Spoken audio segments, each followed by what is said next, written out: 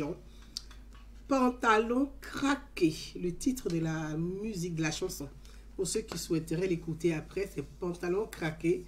Moi j'adore, c'est une très belle mélodie avec des instruments de musique. C'était la bonne musique avec un peu de paroles. On avait une vraie musique qui ne se démode pas, qu'on peut écouter à tout moment. Il y a quelles nouvelles encore? Il n'y a que des nouvelles de société. Je vous embrasse tous. Bonsoir à tout le monde. Je voudrais faire ce direct live avec vous. Ce soir, Joseph Yao, je t'embrasse. Touré Alpha, Nadagu, Ayoka. Je te salue. Ayoka, je vous embrasse vous tous. Je lis au fur et à mesure. Momo Traoré, je te salue. Je salue tout le monde. Je me semble les premières personnes. Je vous ai salué. Adja Akafou, je te salue. Maria Potio Kennedy, je t'embrasse. Donc, je voudrais faire ce direct là avec vous sur 3 sujets. Voilà, concernant 3 sujets que j'ai mis en titre. Donc, il y a l'actualité, l'assassinat. Moi, je n'appelle pas ça l'attaque, j'appelle ça l'assassinat d'un gendarme et d'un agent de eaux et forêt dans la région du Guémon, donc à Diokwe, donc à Diokwe, à je pense 23 km de Diokwe et Bangolo, à 9 km de Guéyebli, donc de Thiémesson, sous-préfecture de Guéyebli. Je voulais parler de cette attaque avec vous, enfin de cet assassinat, parce que c'est pas une attaque, pour moi c'est l'assassinat. Sawada Savadogo Yakuba, je t'embrasse. Aboulaye Diarra, je t'embrasse. Jean-Pierre Koudou, je t'embrasse. Je vous embrasse tous. Abou Touré, je vous embrasse tous. Je ne pourrai pas saluer tout le monde, mais ne vous plaignez pas. Je vous embrasse tous et je voulais aborder ce sujet avec vous. Et ensuite, on va parler du congrès de M. Laurent Gbagbo, de son, je ne sais pas si on peut dire ça, un nouveau parti. Je ne sais pas exactement si c'est un nouveau parti ou si c'est un mouvement politique, je ne sais pas encore. Donc, on n'a pas plus de précisions sur cette question. Et ensuite, on va parler de la loi, de l'article 19 de la Constitution ivoirienne. Ce que dit la loi, on va parler de ces sujets-là. Donc, partons tout de suite du côté de Thiémesson. Quand dans un pays, de cette actualité à Thiémesson. Ce qui s'est passé à Thiémesson. Donc, je mets l'image directe. Et pour ceux qui sont là, maintenant, on va aborder ce sujet-là. Ami Ouattara, je t'embrasse très très fort. Kadi, je t'embrasse. On va parler de cette actualité. Fofana Suleiman, Mariam Kamara, Antonio Fargas, je vous embrasse tous. Donc, c'est à Thiémesson. Pas très loin de chez moi, donc c'est à 2 km quand même du village de ma mère. Ma mère est de Sropan, donc elle est de Guinglo-Sro, et Thiémesson à 2 km. Quand moi j'étais très petite, on était petit, on partait au village. Thiémesson-Sro, c'est 2 km, donc on marchait à pied pour aller à Thiémesson. Je connais Thiémesson, c'est aussi le village de la mère de mon arrière-grand-père, donc j'ai de la famille aussi là-bas, comme j'ai de la famille à Sro, j'ai des familles à Guinglo, parce que il y a Sro qui est là, il y a Guinglo, Sropan qui est chez ma mère.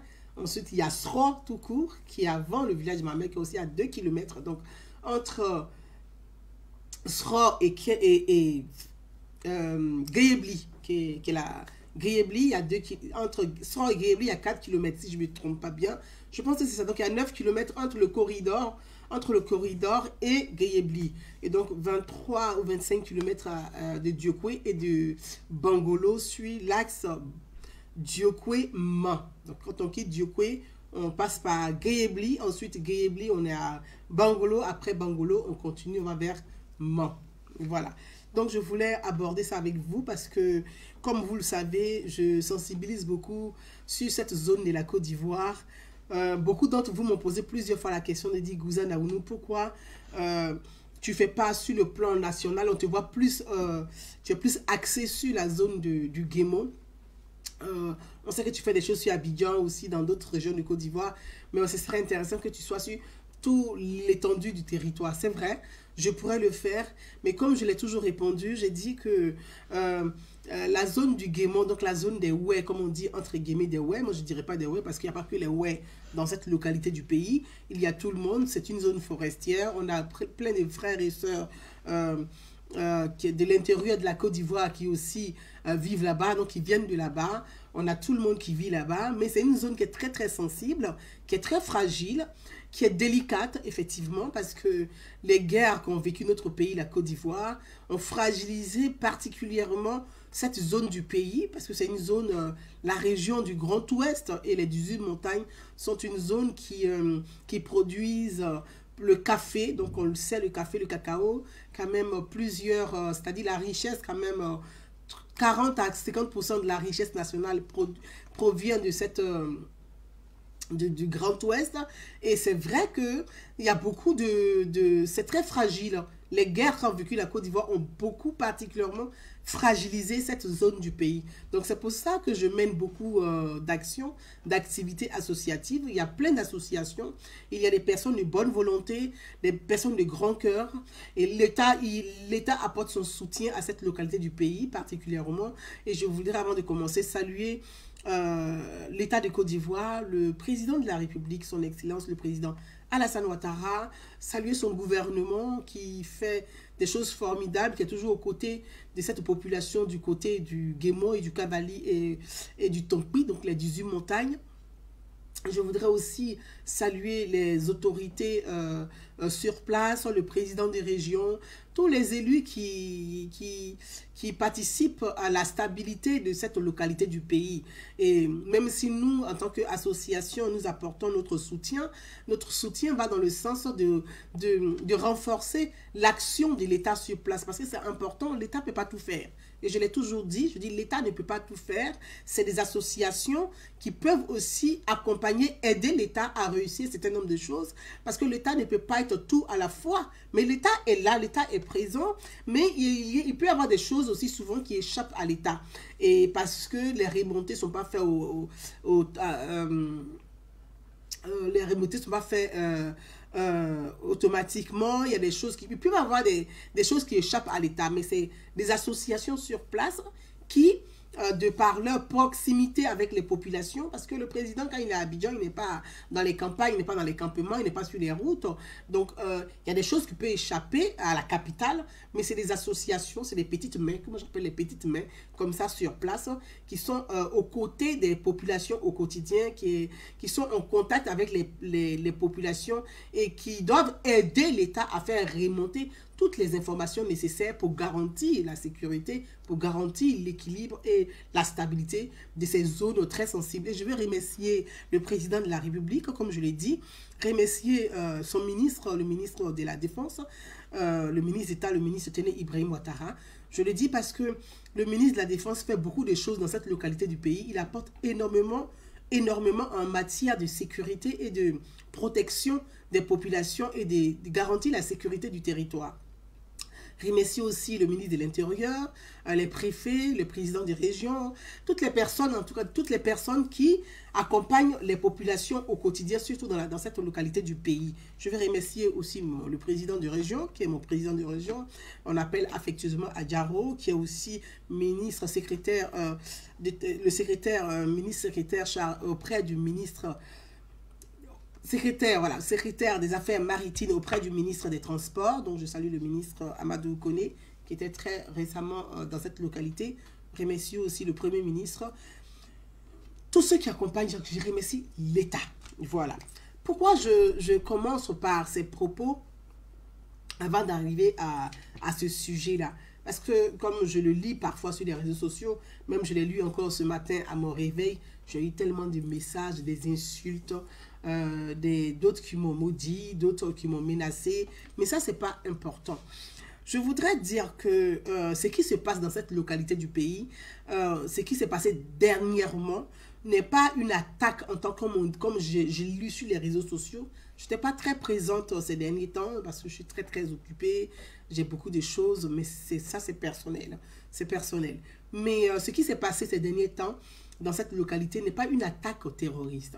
Comme je l'ai lu sur les réseaux sociaux, les gens ont dit attaque à Thiémesson, attaque terroriste à Thiémesson. Ce n'est pas une attaque terroriste. Moi, je n'y crois pas. Ce n'est pas une attaque terroriste. Moi, j'ai des personnes sur le terrain, j'ai des personnes des réseaux, comme je vous l'ai dit. Thiémesson, c'est à 2 km du village de ma mère. Donc, je connais très bien Thiémesson, je connais Sran, je connais Pan, je connais Guéyébli, je connais Dioukwé, je connais, voilà. Je connais vraiment la zone parce que je suis présente. Même si je suis en France, je suis très, très présente sur les lieux. J'ai les yeux, j'ai les oreilles là-bas. Mais ce qui s'est passé là-bas n'est pas une attaque de terroristes. Contrairement à ce que les gens ont raconté sur les réseaux sociaux, ce n'est pas une attaque terroriste.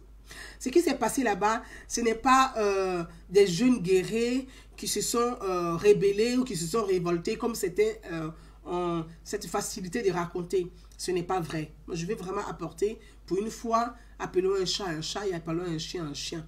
Ce n'est nullement des jeunes guerriers ou des jeunes, comme on dit, des assaillants. Ce n'est pas des assaillants, je ne pense pas du tout que ce soit des assaillants venus comme les gens écrits sur les réseaux sociaux, quelque part du Libéria, qui sont arrivés, qui ont attaqué, qui sont répartis à moto. Je n'y crois pas. Moi, je n'y crois pas, mais l'enquête suit son cours et que nous espérons tous que dans les jours à venir, cette actualité sera, l'enquête sera publiée pour que tout le monde puisse avoir connaissance de ce qui s'est réellement passé dans cette localité.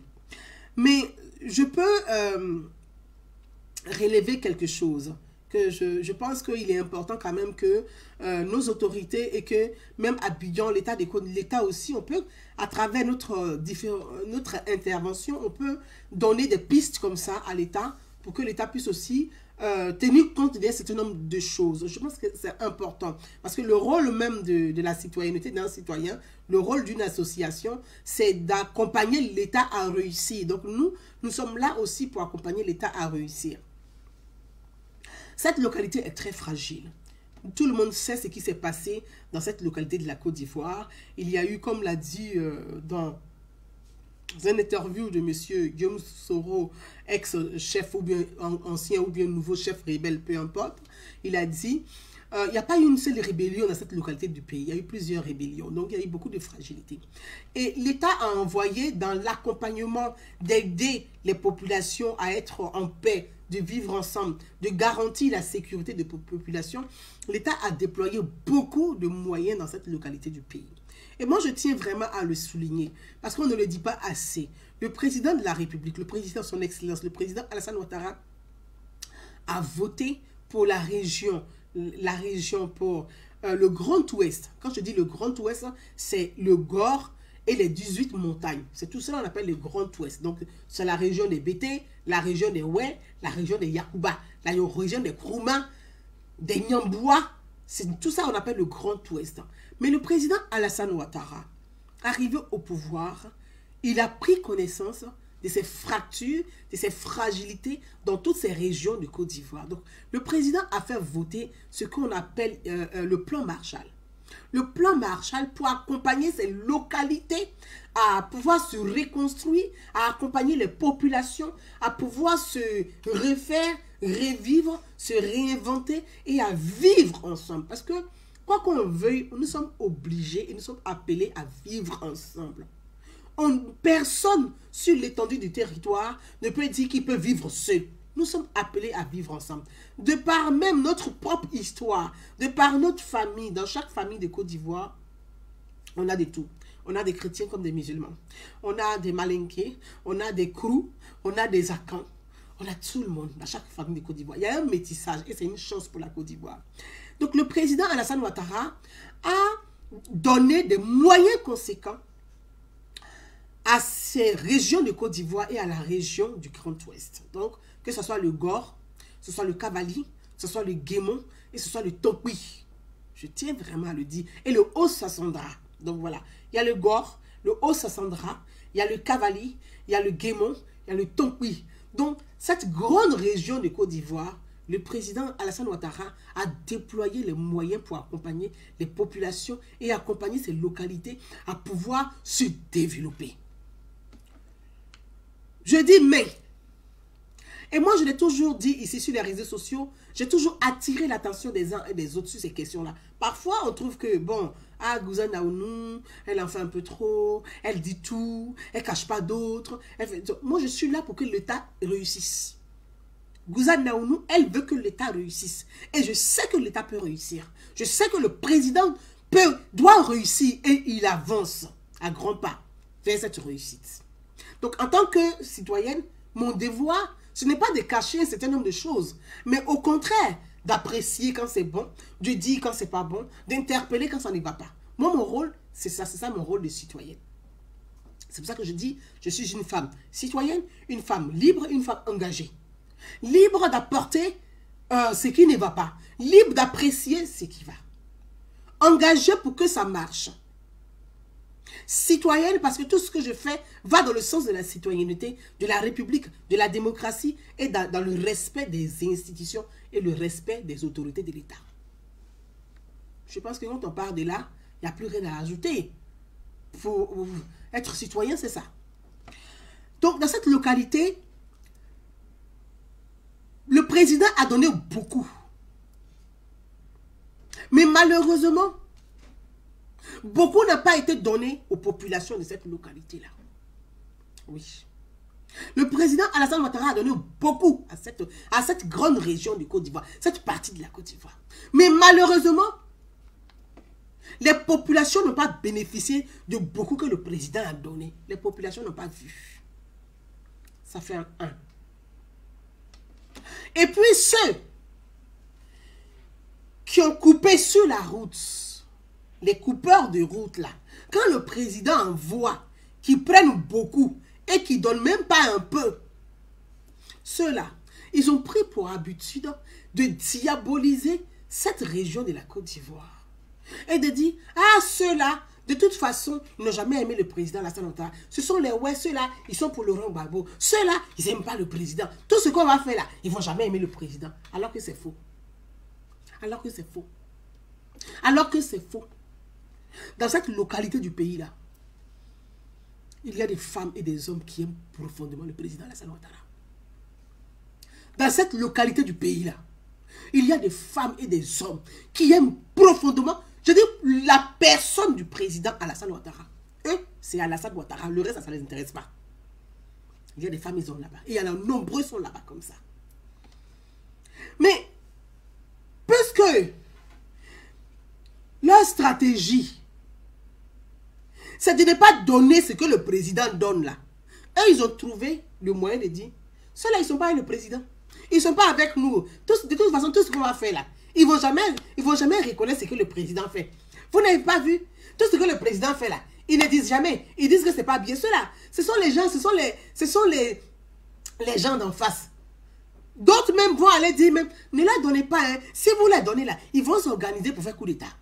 Donc, vous voyez, il y a malheureusement à tort comme à raison, parce que malheureusement aussi, il y a un microcosme de personnes parmi eux qui, eux, inconsciemment ou consciemment, confortent les dires de ceux qui coupent l'argent des populations sur la route. Donc ceux-là, ils sont en quelque sorte soit les complices de ceux qui font croire à Abidjan que dans cette localité du pays-là, quel que soit ce qu'on va leur donner, les gens n'aiment pas le président Alassane Ouattara. Alors que le président Alassane Ouattara lui-même sait. Ses proches collaborateurs-là, ils sont issus de cette localité. Donc, si les gens qui sont là-bas n'aiment pas le président Alassane Ouattara, le président Alassane Ouattara ne peut pas les avoir comme collaborateurs. Ça, je ferme ce côté-là. Donc, à tort comme à raison, cette région de la Côte d'Ivoire a été diabolisée. A été diabolisée à telle sorte que quand il y a un problème, quand les gens eux-mêmes, souvent il y a des gens que l'État envoie là-bas, qui eux-mêmes sont à la base des problèmes.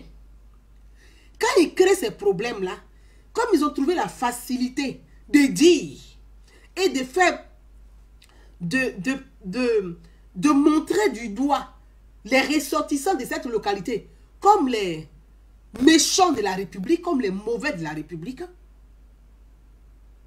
ils ont mis ça dans l'inconscience collective.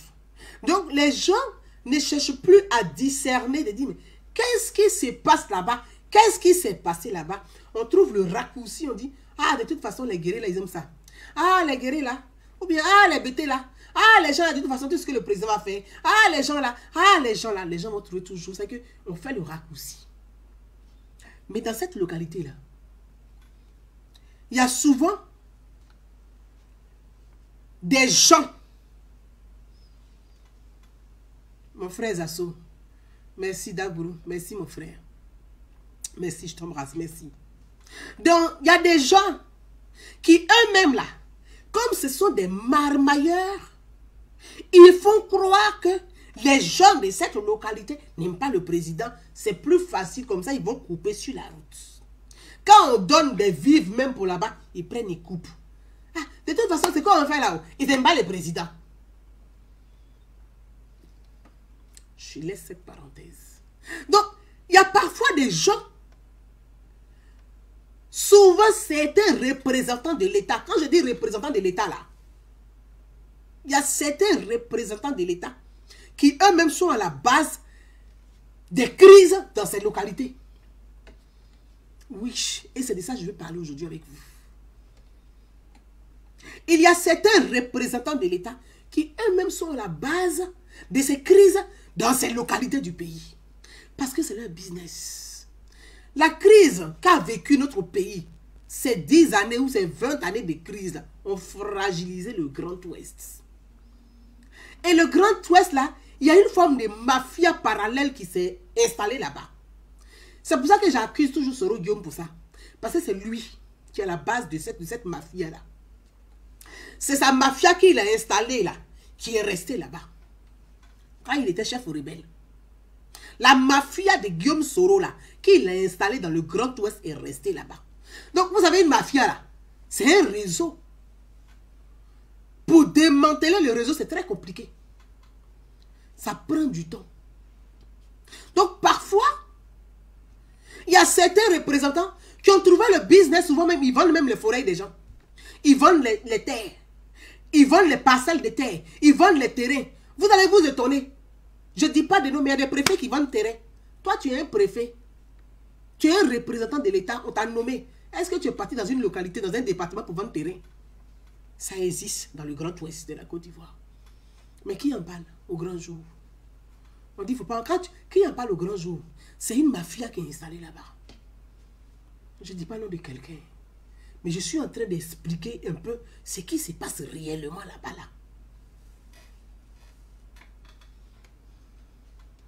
Il y a certains sous-préfets.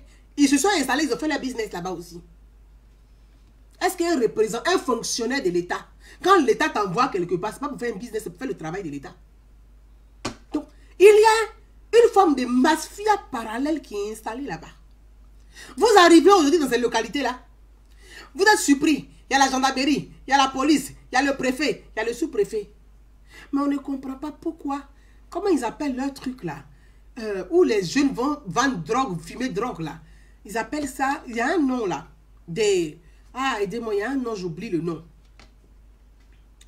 C'est pas foyer, il y a un nom, il y a un nom là, c'est pas foyer. C'est devenu maquis, une forme de maquis de drogue. Forme de maquis, il y a un nom là. Dans des régions où les représentants de l'État sont, comment se fait-il que il peut avoir des coins de drogue, de fumoir? Voilà, c'est un fumoir. C'est-à-dire on a remplacé les maquis par les fumoirs. Mais vous allez... Fumoir, merci. Nassara Koulibaly. Expliquez-moi.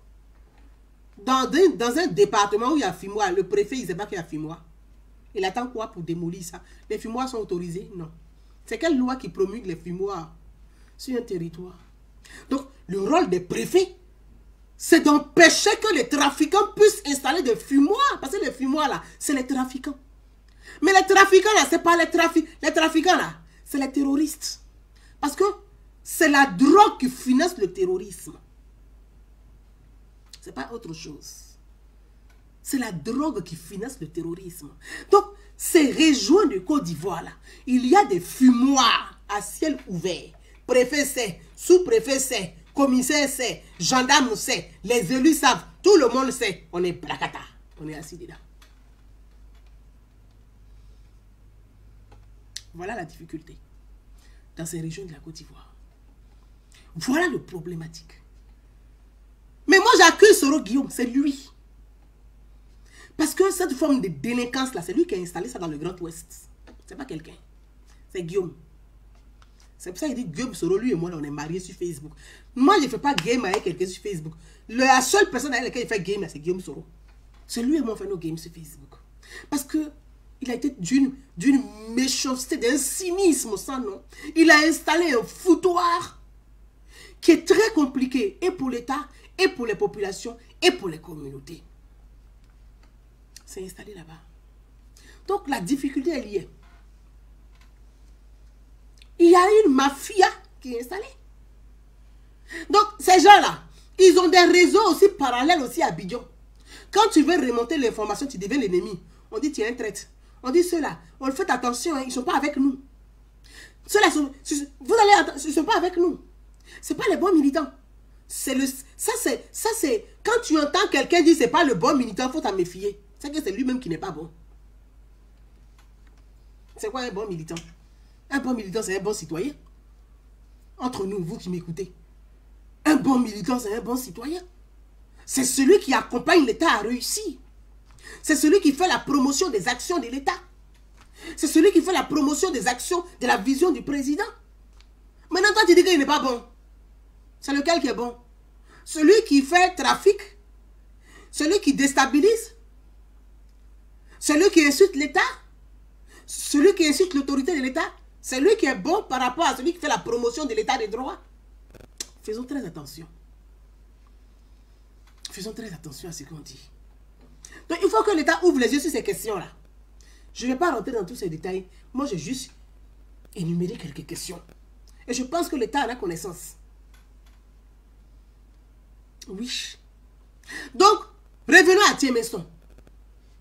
À Thiemesson, là, on dit il y a les FDS, c'est ça, hein? Si je me planque, vous m'aidez un peu. Merci, Olivia Winstper, merci. Guillaume Hamon dit il faut une bonne volonté politique pour éradiquer tous ces phénomènes d'insécurité. Mais c'est à nous aussi, en tant que citoyens, d'aider l'État à réussir. L'État ne peut pas tout faire. Parce que quand on dit service de renseignement, là, les vrais services de renseignement, là, c'est les réseaux sociaux, donc c'est nous. C'est à nous de remonter les informations. Mais si nous-mêmes, là, on dit, il ne faut pas tu vas remonter. Si tu remontes là, tu vas gâter le mangement de celui qu'on a nommé. Tu vas gâter le mangement de mon frère. Tu vas gâter le mangement de mon cousin. On devient quoi? Ils ont transformé même Facebook, même, que le petit l'a fait gratuitement pour nous, pour la liberté d'expression. Ils ont transformé ça aussi en mafia. Tu ne peux pas parler dessus. Facebook, eux-mêmes, ils n'ont pas créé là. Tu ne peux pas dire la vérité dessus. Tu dis la vérité, ils font un groupe pour venir t'attaquer. C'est dans ça qu'on est aujourd'hui. Je laisse ce côté-là. Donc, je veux revenir à cette actualité à Thiemesson. Il y a les forces et défense, on dit forces et défense de sécurité, donc FDS. Et puis, il y a les FRC. Il y a les FRC. Mais dans les FRC, là, il y a ceux qui sont immatriculés et puis il y a ceux qui sont non immatriculés. La difficulté à laquelle aujourd'hui on fait face est à ce niveau-là. Et cette difficulté-là, si on ne traite pas ce sujet à froid, on va avoir des individus armés qui vont tuer bêtement des innocents parce qu'ils estiment que ils sont ceci ou ils sont cela. Oui, c'est de ça qu'il s'agit aujourd'hui.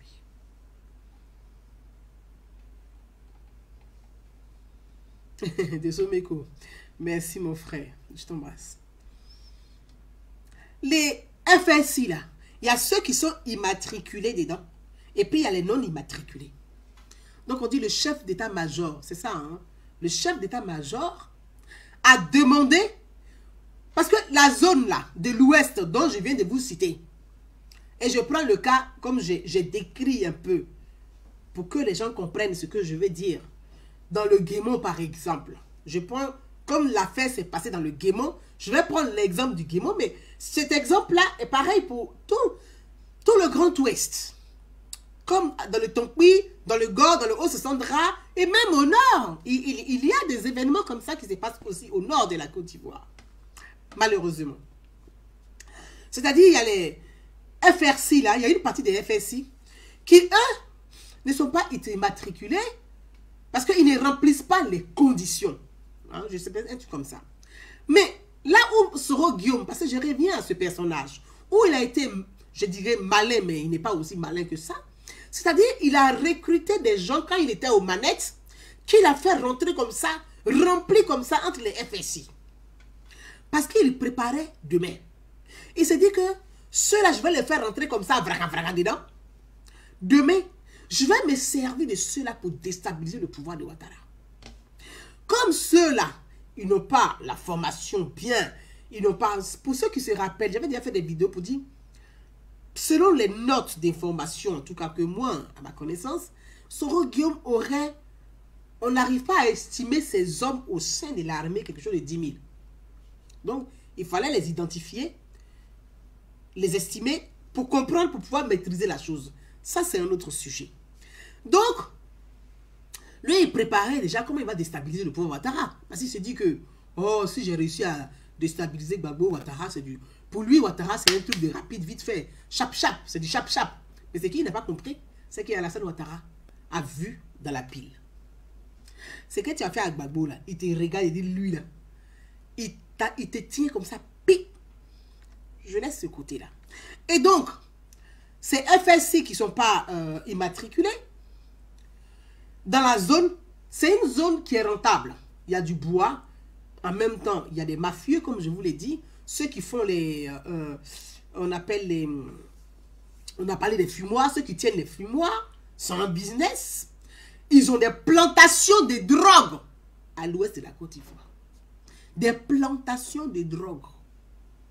Mais c'est au préfet de relater, de relayer, de transférer toutes ces informations au ministère de l'Intérieur. Le ministère de l'Intérieur va les transférer au ministre de la Défense. Le ministre de la Défense et le Premier ministre vont prendre connaissance de ces informations, en parler au président, trouver des mesures pour mettre fin à ça. Mais si l'information n'arrive pas à eux, on fait comment? Dans cette zone de la Côte d'Ivoire là, les gens ont plantation de drogue là-bas. La drogue là est devenue un business aujourd'hui. Ils sont en train de blaguer même les parents. Au lieu de cultiver le riz, les gens cultivent la drogue là-bas. Ils font croire à ces personnes âgées que ah, c'est du thé. Hein. Quand tu bois là, tu n'as plus rhumatisme. Ils blaguent même les personnes âgées dans les villages pour boire la drogue là en thé. Comme ils font, ils vendent ça. Hein. Ils disent que c'est thé, ça fait maigrir, ça soigne le rhumatisme, c'est bien pour la peau, c'est bien pour les cheveux, c'est contre le vieillissement. Ils donnent la drogue en infusion, en thé, aux personnes âgées dans les campements. Il faut que l'État sache ça. Ça veut dire qu'on est assis à Abidjan là. Les personnes âgées sont en train de fumer Gedji dans le thé, croyant que c'est du thé pour faire bien-être. Pourtant, c'est Gedji qui donne aux personnes âgées. Ils donnent de la drogue aux personnes âgées comme thé. Il faut qu'on mette fin à ça. Voilà, c'est que c'est une mafia qui est installée là-bas. Les gens cultivent de la drogue. Plantation de drogue. Au lieu d'avoir plantation de tomates, de riz, de gombo, de bananes, de manioc. Il dit que la vie est chère. C'est plantation de Gedji qui ils ont là-bas. Mais les gens savent ça. Hein. Je mets ça de côté. Et continuons. En plus de cela, les FSI là.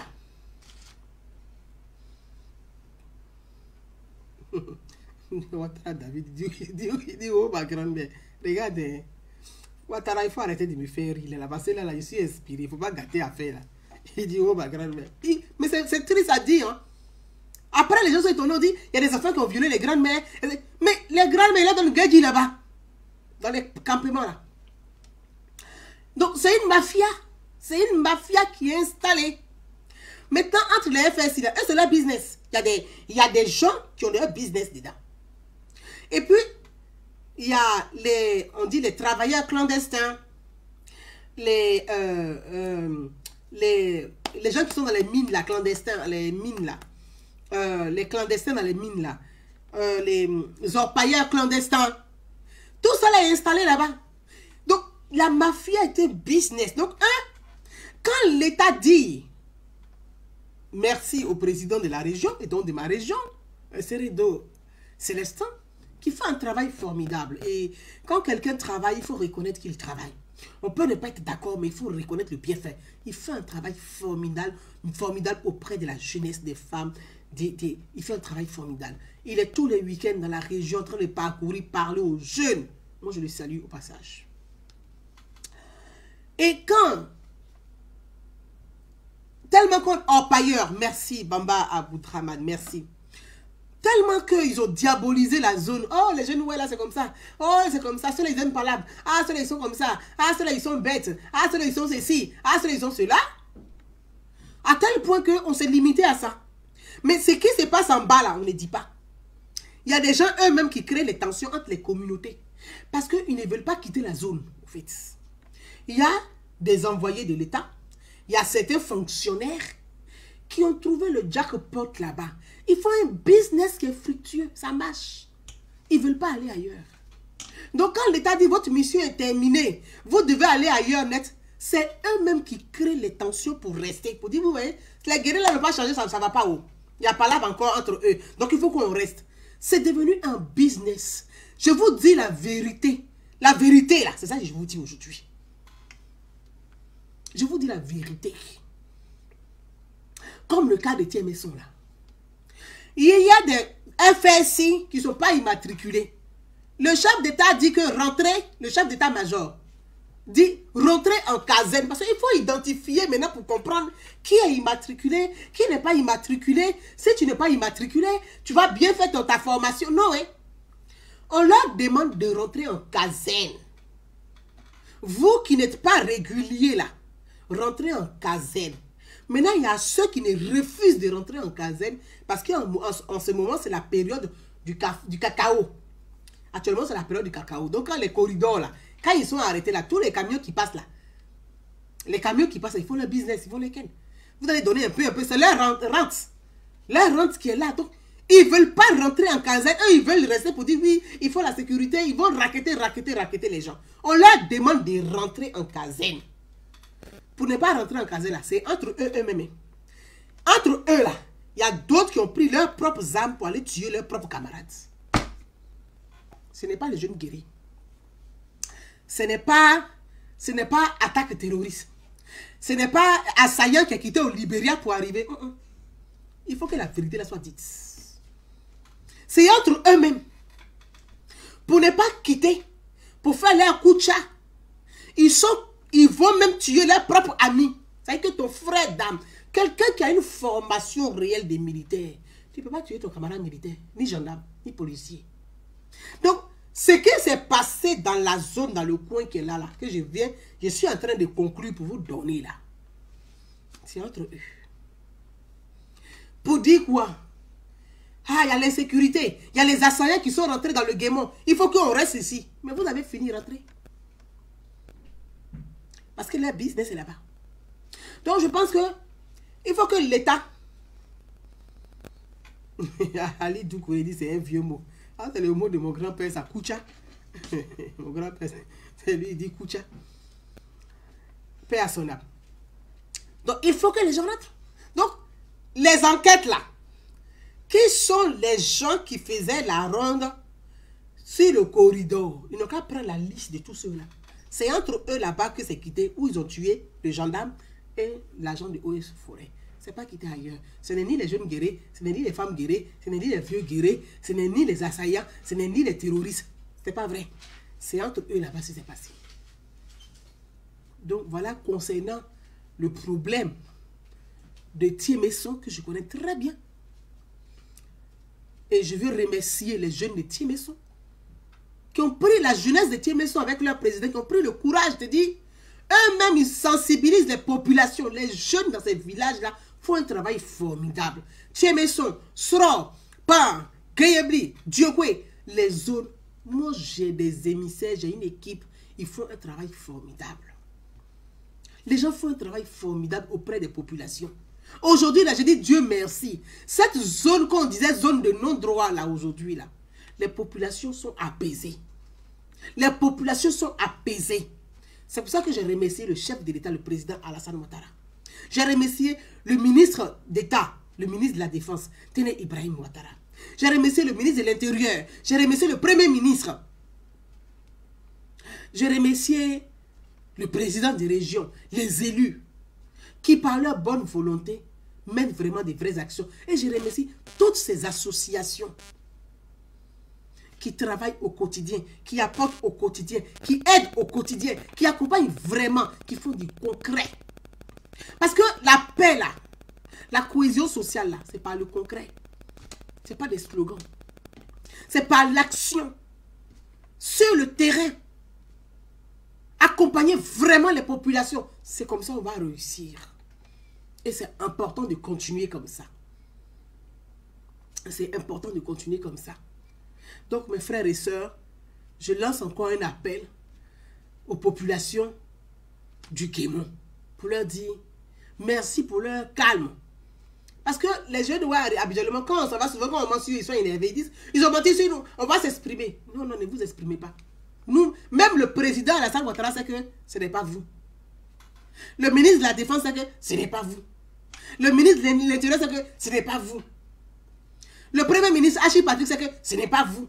Tout le monde sait que ce n'est pas vous. On sait où, qui ont fait ça. Ceux qui ont fait ça là, on les connaît. Et ils seront attrapés bientôt. Donc,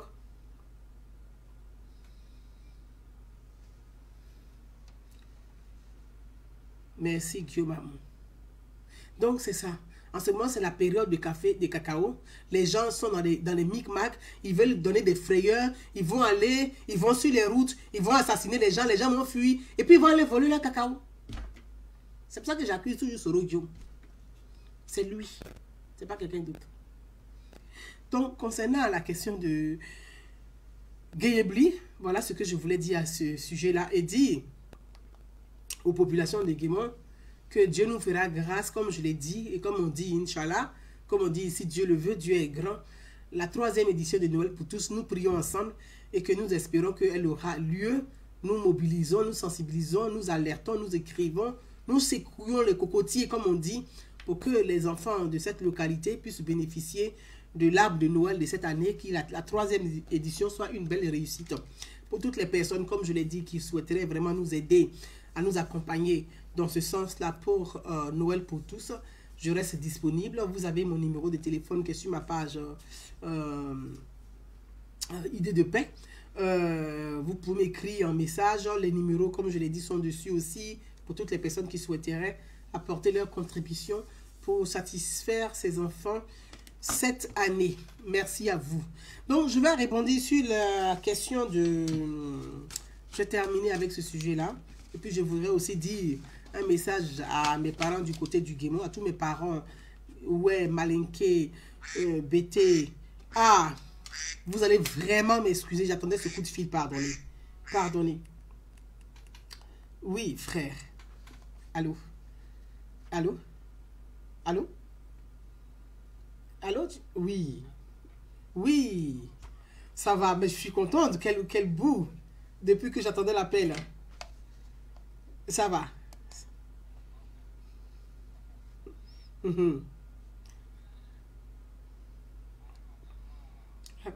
Ah, mince. D'accord. D'accord. Ah, moi, ça va, Dieu fait grâce. Je te croyais à Paris, mais bon. Bon. Bon. D'accord, ok. Ah, ça, c'est important. Ça tombe bien. Tout à fait, tout à fait. Ouais, alors, d'accord. Est-ce que tu as un bout de temps? Tu penses que tu as un bout de temps où je peux te rappeler tranquillement ou pas du tout? D'accord. Non, je ne l'ai pas justement. Donne-moi le deuxième alors.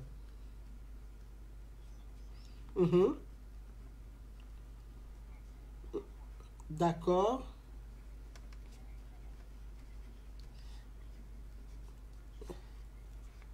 D'accord. D'accord, ok. Idem WhatsApp aussi, hein.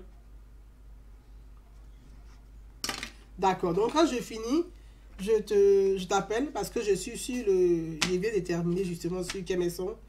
Et je voulais... Bon. Donc, comme j'ai déjà terminé dessus sur le sujet, enfin, terminé, c'est une façon de dire, mais tu es au cœur de l'actualité, donc je vais t'appeler tout à l'heure pour qu'on puisse... ouais, tout le monde, ça marche, ok. À tout à l'heure. Ça marche à toutes. Dans moins d'une heure, je t'appelle à toutes, oui. À toutes.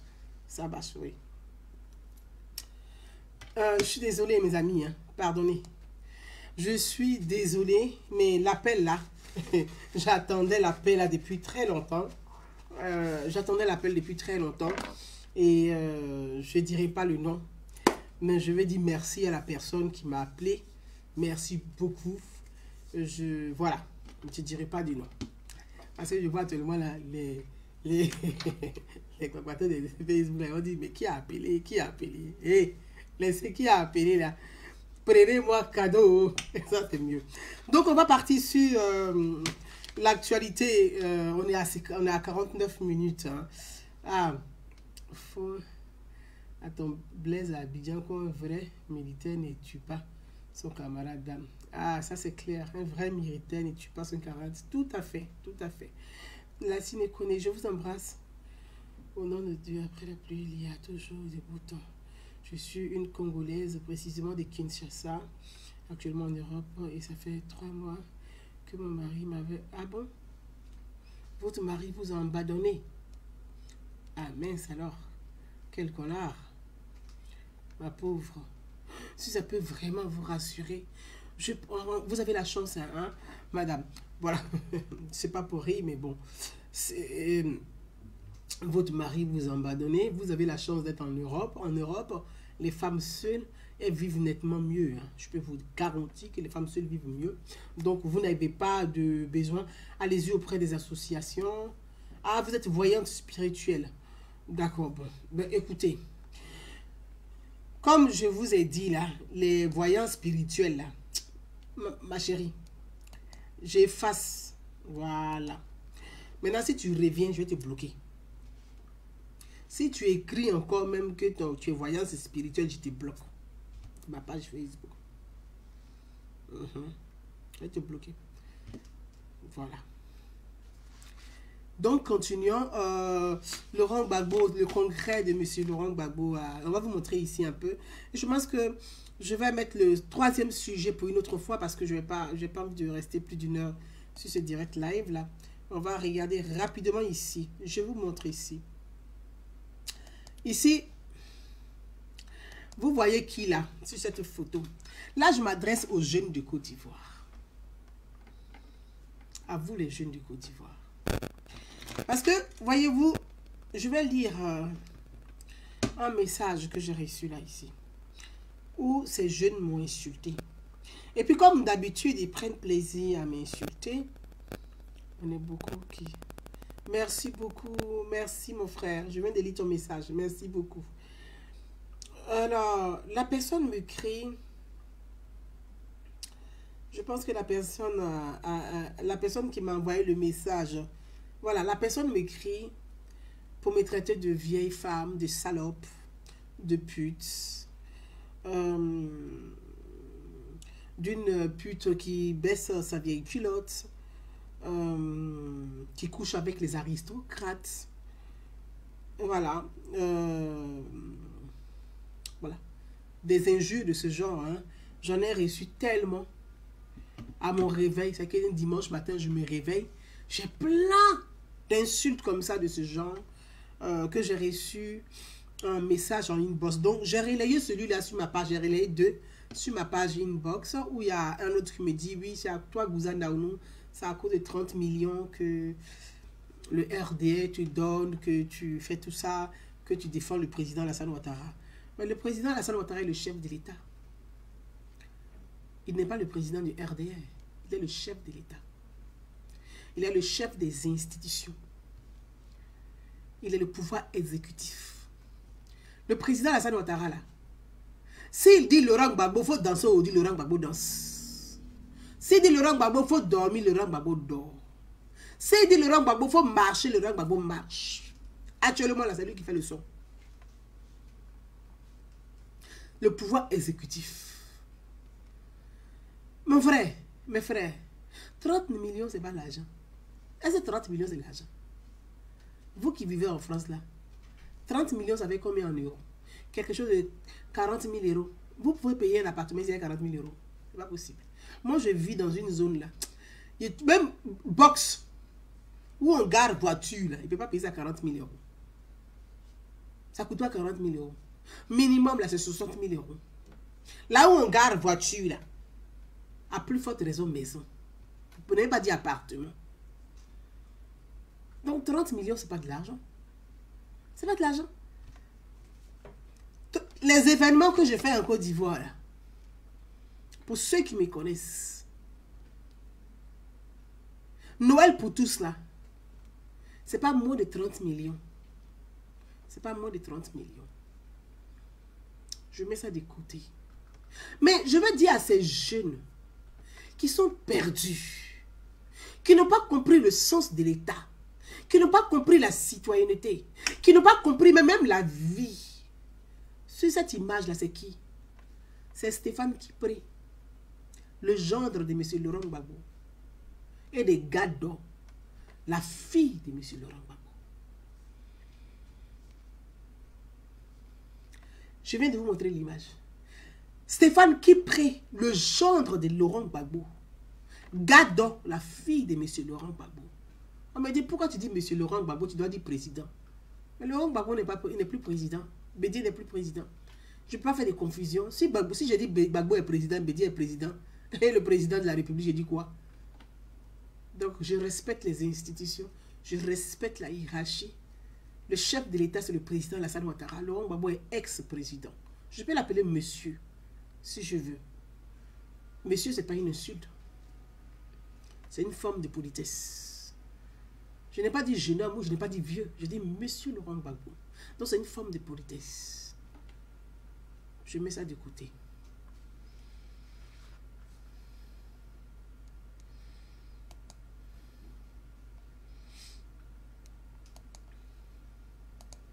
Je mets ça de côté. Je vais vous montrer encore une autre image. Ah, ça c'est big. Je monte juste légèrement ça pour que les gens puissent voir.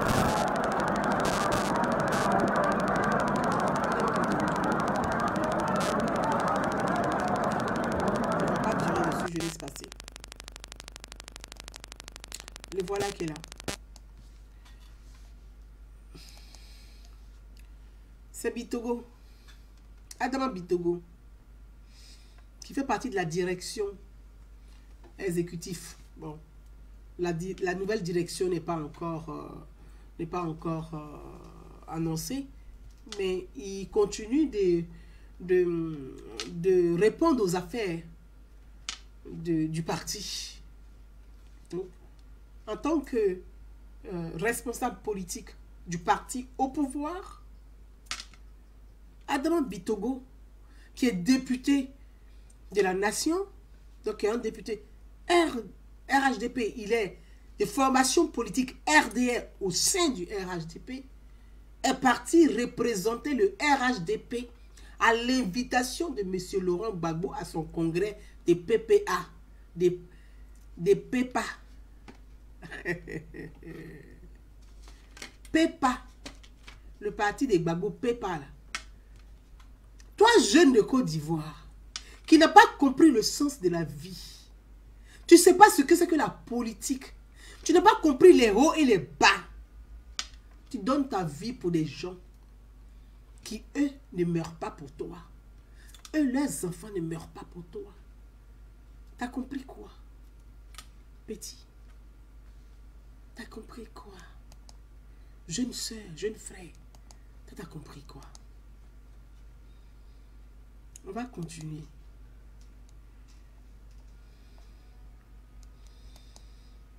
Ici, c'est ça, hein? Simone Gbagbo. Simone Gbagbo.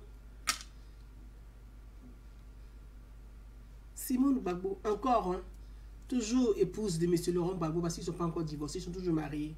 Même si M. Laurent Gbagbo, il y a une double vie. C'est son choix. Et ça, ce n'est pas mon sujet. Je ne m'amène pas.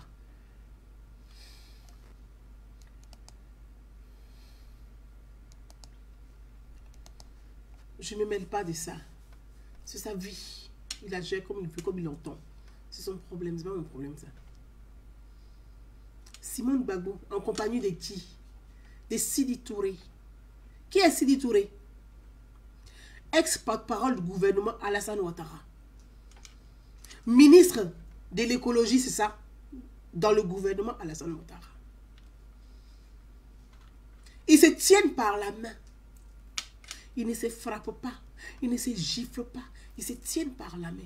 Toi, tu es assis à Yopougon. Toi, tu es à Bobo. Toi, tu es dans le Guémon. Toi, tu es à Séguéla. Toi, tu es à Korogo. Toi, tu es à Sinematiali. Toi, tu es à Bondoukou. Toi, tu es à Bongwanou. Toi, c'est la dernière fois. Tu fais ta publicité encore. Je te bloque sur ma page. Enfin, je te bannis sur ma page. Je vais te bannir direct. Si je vois encore une de tes publications en commentaire, je vais te bannir. Toi, tu te bats. Pour qui? Vous êtes sur les réseaux sociaux aujourd'hui, là, c'est quoi votre bagarre? Les pros Simone, les pros Gbagbo. Vous vous bagarrez par vidéo interposée. Vous vous insultez, vous vous clashez. Au lieu de parler de la République, au lieu de consolider les institutions, parler du bon fonctionnement. Comment nous-mêmes on va vivre mieux dans cette République? Quelle République on va laisser à nos enfants? Quelle institution, quel héritage on va laisser à nos enfants? Au lieu de parler de ça, là. Vidéo. L'autre est comme ça. Et puis toi, tu as couché avec un tel. À cause de qui? À cause de Gbagbo, à cause de Simone. Vous êtes sur les réseaux sociaux. C'est que pendant 10 ans, là, votre seul sujet, là, c'est ça. Il n'y a pas d'autres sujets. Vous n'avez pas d'autres sujets de société. Est-ce que dans la société ivoirienne, il y a des choses qui marchent, il y a des choses qui ne marchent pas? Même en France où vous vivez, ou en Europe où on vit, il y a des choses qui marchent, il y a des choses qui ne marchent pas. Vous pouvez faire des propositions. Donc vous êtes absent du débat. C'est que c'est pas une passion. Vous n'êtes pas passionné. Vous êtes des fausses personnes. Vous êtes des fausses personnes. Vous n'êtes même pas passionnés. Le seul débat que vous savez faire là. Moi j'aime Gbagbo. Moi j'aime Simone. Moi j'aime Alassane Ouattara. Et puis moi j'aime Eta. Moi j'aime Adama Bitogo. C'est que c'est les fan clubs que vous créez. Ce ne sont pas des artistes. Vous, tout ce que les gens savent que c'est des fan clubs. Il n'y a rien d'autre. C'est vide. C'est vide. Vous n'avez pas, vous manquez d'idées. Donc, comment vous pouvez aider une personnalité à réussir? Comment vous pouvez aider un État à fonctionner bien? Comment vous pouvez aider un État à réussir? Comment vous pouvez aider le président à réussir même là, son projet, à réussir ses actions? Comment vous êtes utile comment? Vous êtes utile dans quoi? Vous êtes inutile au fait. C'est-à-dire de donner des titres à qui est le bon militant, qui est le mauvais militant, qui est le traître, tel est traître, parce qu'il a marché un autre. Voilà Simone Gbagbo avec Sidi Touré. Ils se tiennent par la main. Simone Gbagbo, là, elle est de son côté. Ils ne sont pas du même parti politique. Mais ils se tiennent par la main, puis ils sont heureux de marcher côte à côte. C'est une leçon qu'ils vous donnent. C'est une leçon qu'ils vous donnent. Ils vous donnent des leçons. Mais c'est une leçon. C'est une leçon. C'est une leçon. Est-ce qu'un jour même là, vous êtes posé une question de dire, mais attends. Attendez, cette image-là. Voilà. Je vous mets cette image. C'est la fille de M. Laurent Gbagbo. Est-ce qu'ils sont en parole même? Gbagbo qu'elle est là. Gbagbo c'est un bandit. Il est dans son jeu. Gbagbo et Simone, ils sont dans leur jeu. Moi, je vous ai dit ça sur Facebook ici. Et dit les deux, ils sont dans leur jeu. Quand il a vu Simone parler dans l'oreille de Gbagbo à l'aéroport, il a dit ceux ils sont dans le jeu. Ils savent dans quoi ils sont. Vous avez chargé leurs palabres là. Au lieu de parler de ce que vous êtes capable d'apporter à la Côte d'Ivoire, vous là, ces palabres d'individus. À cause de ça, vous envoyez des messages de mort aux gens, des menaces de mort aux gens, des insultes aux gens. Votre palabre d'individu. Quand vous regardez Stéphane qui prie à la fille de Gbagbo, ils sont malheureux. Est-ce qu'ils restent dans les gens qui sont malheureux? Ils sont heureux. Donc, vous êtes sur Facebook, là, vous êtes les plus malheureux. Eux, ils sont heureux. Vous avez quel problème? Vous avez quel problème? Vous avez quel problème? Sur les réseaux sociaux, vous avez quel problème? Ou bien vous vous ennuyez dans votre vie de famille, dans votre vie de couple. Donc Facebook, Clash est devenu une distraction. Mais allez-y au cinéma. Allez-y au ciné, allez-y au resto, allez-y en vacances, allez-y en week-end. Même ça, vous pouvez même prendre même une chambre d'hôtel. Et puis vous partez avec votre mari, vous quittez la maison. C'est pas la même chose. Dormir avec son mari à la maison, puis dormir avec son mari à l'hôtel. C'est pas pareil. C'est pas la même sensation. Vous pouvez changer d'idée. Ça fait partie de l'animation de votre vie. Animez votre propre vie, animez ça. C'est-à-dire que c'est les bêtises de Facebook qui sont devenues maintenant un truc. Clash ici, clash par là. Des choses comme ça. Qui va insulter l'autre plus que l'autre? C'est qu'il n'y a pas autre chose. Vous prenez un juif, vous insultez une personne. Vous prenez même un juif, vous insultez une autre personne. Vous prenez même un juif, vous insultez une autre personne. Vous prenez même un juif, vous insultez une autre personne. C'est quoi tout ça là? C'est quoi? Même les autorités ne peuvent pas vous considérer parce qu'ils savent que vous êtes vides. Ils n'ont même pas de crainte. Ils savent que vous êtes vides. Vous ne pouvez rien leur apporter. Donc moi, Gouzana Ounoula, je ne suis pas traître. Je ne suis pas une mauvaise militante. Je ne suis pas une bonne militante. Je suis une bonne citoyenne. Point. Le reste là, ça glisse sur ma peau. Ça glisse sur ma peau. Je suis une citoyenne. J'essaie d'être une bonne citoyenne. Et puis j'essaie d'être utile pour mon pays. C'est de ça qu'il s'agit. Faisons les efforts. Nous devons sensibiliser la jeunesse. Nous, là, on a échoué. Parce que nos parents, là, eux, ils ont passé leur temps à se battre pour des hommes politiques, pour des partis politiques qu'ils n'ont même pas créés. Ils ne sont pas les créateurs de ces partis politiques. Eux, ils se battent pour ça. Nous, on est venu prendre le relève de ça, là. Héritage des bagarres de nos parents. On va faire quoi ça? Et puis, ces bagarres, ça, on va laisser à nos enfants encore. Pour quelle raison? Est-ce que, quand vous vous asseyez là, vous posez la question de savoir, attends, est-ce que même les enfants de Laurent Gbagbo, les enfants de Bétier, les enfants du président Alassane Ouattara, est-ce qu'ils se sont une fois battus entre eux? Est-ce que vous avez une fois posé cette question-là même? Est-ce qu'ils se sont une fois battus entre eux? Jamais. Pourtant, ils se connaissent. Hein? Ils se connaissent. Ils se saluent. Ils habitent les mêmes quartiers. Mon cousin Naouna, je me dois de vous apporter cette vérité.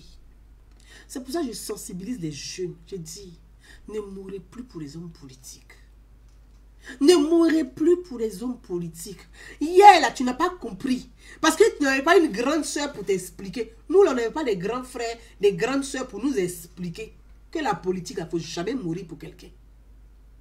Malheureusement, des enfants ont péri.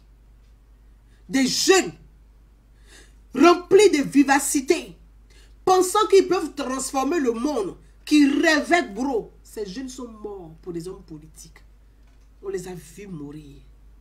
Pourquoi on doit inciter d'autres jeunes à mourir pour des hommes politiques? Pourquoi? Pourquoi on doit encourager des jeunes à mourir pour des hommes politiques? Pourtant, nous, là, on a vu des jeunes mourir. On n'a pas été capable de les sauver. De tout bord politique, des jeunes sont morts. On n'a pas été capable de sauver. Et puis on s'assoit encore aujourd'hui sur les réseaux sociaux là. On tourne on transpire dessus. Bac, bac, bac. Sortez, révoltez, cassez, faites ceci.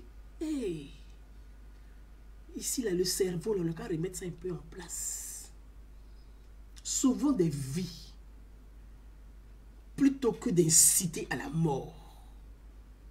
Parce que regarde ton enfant qui est chez toi à la maison.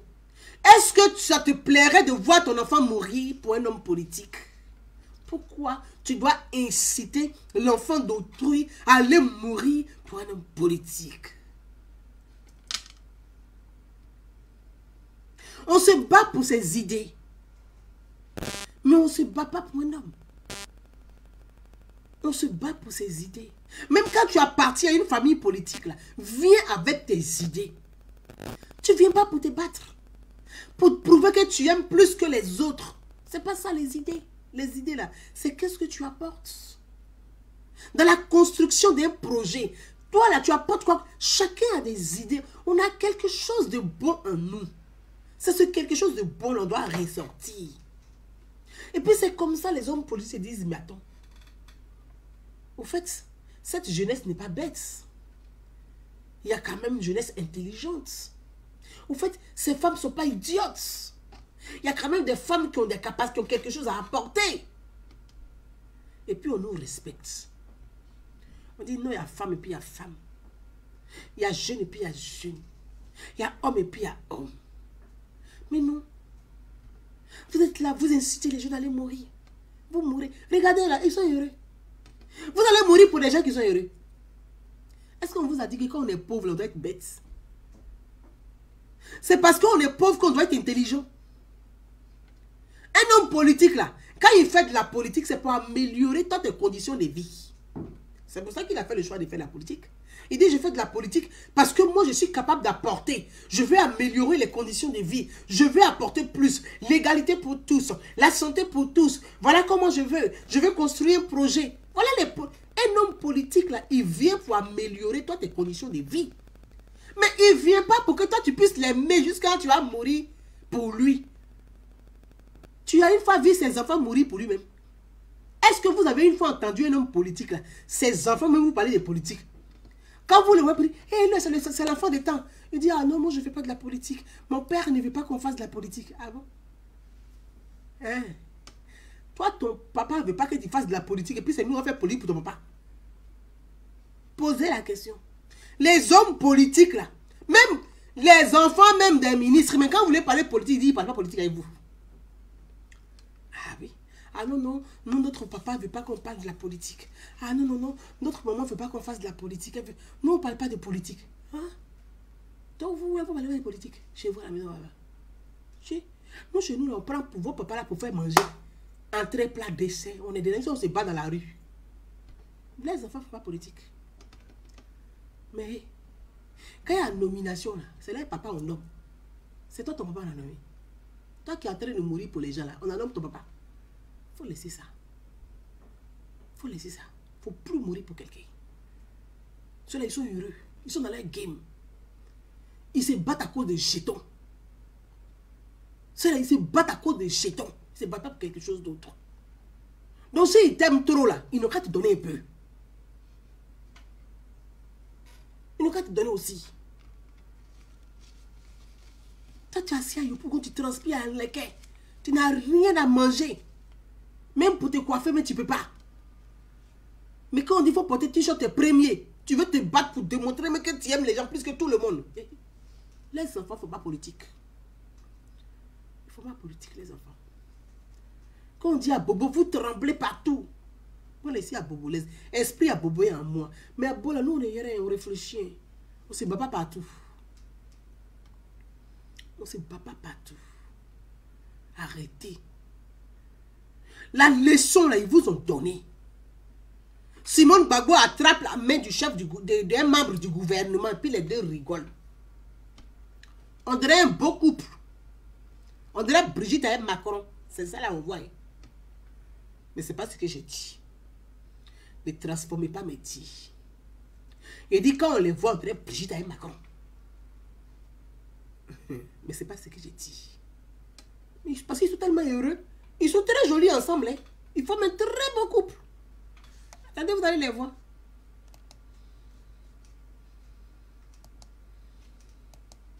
Ils sont là. Regardez. Vous ne voyez pas comment ils sont mignons. Vous ne voyez pas comment ils sont mignons. Ils sont très beaux, ils sont mignons. Et puis vous êtes assis dans les quartiers, vous vous bagarrez pour eux. Vous avez quel problème? Ils ne sont pas malheureux. Quand tu vois ton frère dans le quartier, là, s'il est de l'opposition, il faut attraper sa main aussi, tu vas rire avec lui. Vous mettez d'accord même. Moi, je vous donne un son.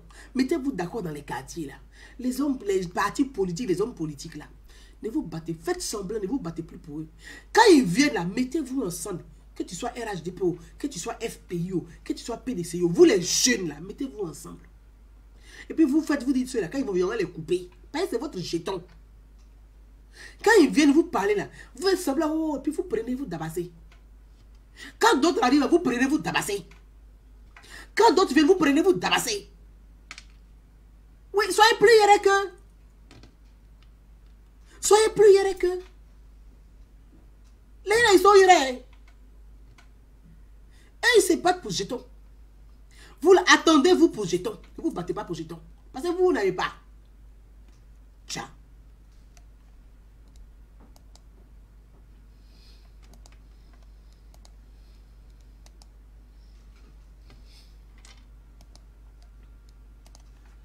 Attendez-vous pour jetons, ne vous battez plus pour jetons. C'est à eux de vous donner.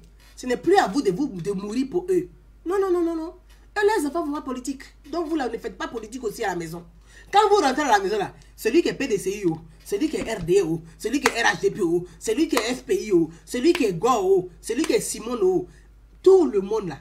Quand vous rentrez là, vous dites, nous on ne parle plus politique à la maison ici. Les enfants des politiques là, et ils ne font pas politique chez eux à la maison là-bas. Donc nous, chez nous, on ne parle plus politique. Non, non, on ne parle plus de politique. Celui qui vient là, te dit, toi, vous mettez ensemble, tous les jeunes du quartier là, ne vous battez même plus même. Vous mettez ensemble. Que tu sois FPU, que tu sois quoi, vous mettez ensemble. Que tu sois RHD, mettez-vous ensemble même. Quand ils arrivent là, vous mettez ensemble. Excusez-moi. Hein. Excusez-moi. Il y a lui là, non? Comme il n'a pas compris que je n'ai pas besoin de lui, je vais le bloquer comme ça, on n'en parle plus. Voilà. Comme tu veux faire l'imbécile, je te bloquer comme ça, on n'en parle plus. Terminé. Parce que j'efface, tu reviens. Voilà. Comme ça, au moins, on n'en parle plus. Mettez-vous ensemble.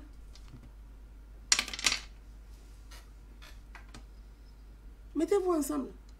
Vous êtes assis. Quand il vient là, vous prenez le jeton. Vous êtes assis. Les enfants ne se battent pas à la maison. Ils ne font pas politique. Ils sont heureux. Donc vous là, essayez d'être heureux aussi au quartier. Voilà. Voyez? Est-ce que quand vous regardez la mine de Bitogola, c'est quelqu'un qui est énervé? Il n'est pas fâché, il est content. Il est au congrès de Pépa.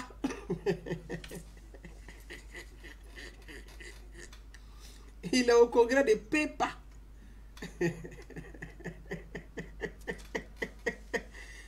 Bagbo, toi aussi, hein, t'es la paresse de créer parti ou quoi? Pépa. Bagbo est découragé de créer parti. Il a fait chap Pépa. Ou bien il voulait faire Pépal. Oh, vraiment, les gens vont nous tuer. Mes amis, je vais vous laisser pour vous dire que vraiment, il faut demander à nos jeunes de ne plus se bagarrer, de ne plus mourir, de ne plus vraiment évitons.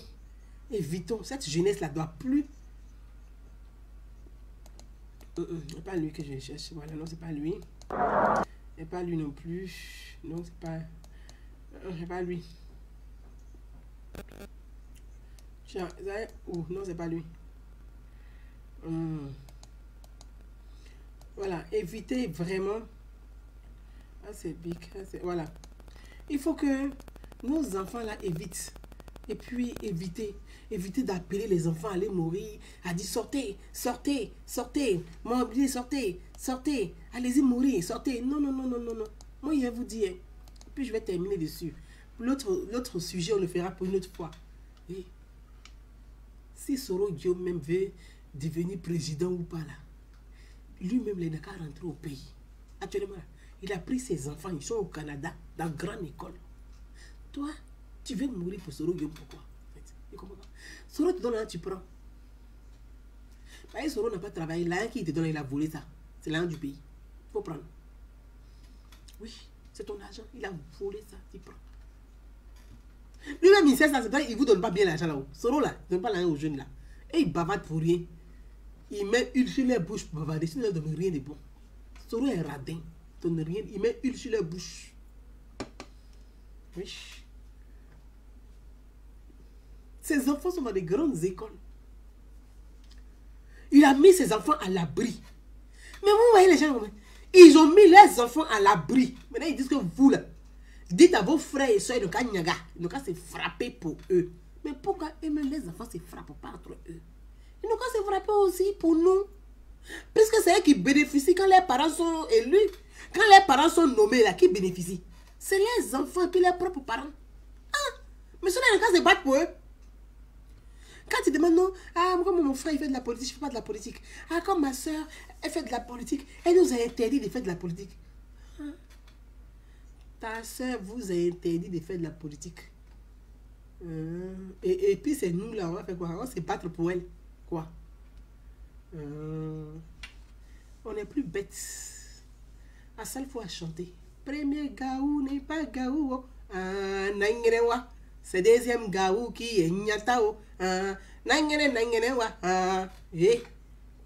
n'est même plus gaou. On n'est plus nyata. À ça, il faut faire notre son encore pour nous donner. Il faut dire qu'on n'est plus gaou, on n'est plus nyata. Fais le son. Voilà.